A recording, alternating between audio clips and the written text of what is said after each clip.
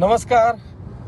नाही, मला नाशिक जिल्ह्याच्या बद्दल हा निकाल अपेक्षितच होता आणि म्हणूनच आपण 2 अपक्ष उमेदवार जळगाव जिल्ह्यासाठी दिलेले होते.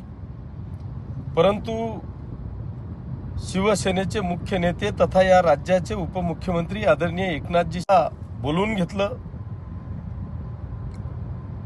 आणि सज्जड दम दिला की आपल्याला कुठल्याही परिस्थितीत दोघेही अपक्ष उमेदवारांची माघार घ्यावी लागेल आणि भारतीय जनता पक्षाच्या महायुतीचं आपल्याला प्रामाणिकपणे काम करावं लागेल, अशा पद्धतीचा दम दिल्यामुळे आम्ही नाईलाजास्तव आपल्या जळगाव शहरातले जिल्ह्याचे दोघेही अपक्ष उमेदवारांचा पाठिंबा जाहीर केला.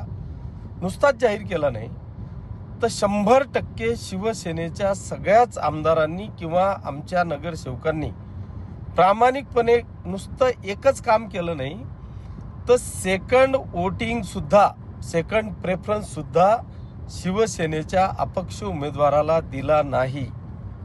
आता एवढी इमानदारी जळगाव जिल्हा शिवसेनेने करावी आणि दुसऱ्या बाजूला नाशिकमध्ये इतक्या 70-75 पेक्षा जास्त वोटिंगनी अपक्ष उमेदवार निवडून यावा, हे मला असं वाटतं की अतिशय दुर्दैवाची गोष्ट आहे. हा निश्चितपणे एक मोठा धक्का आहे असं म्हटलं तर वावगं ठरणार नाही.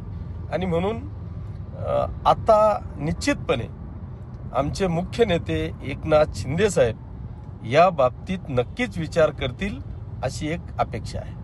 धन्यवाद.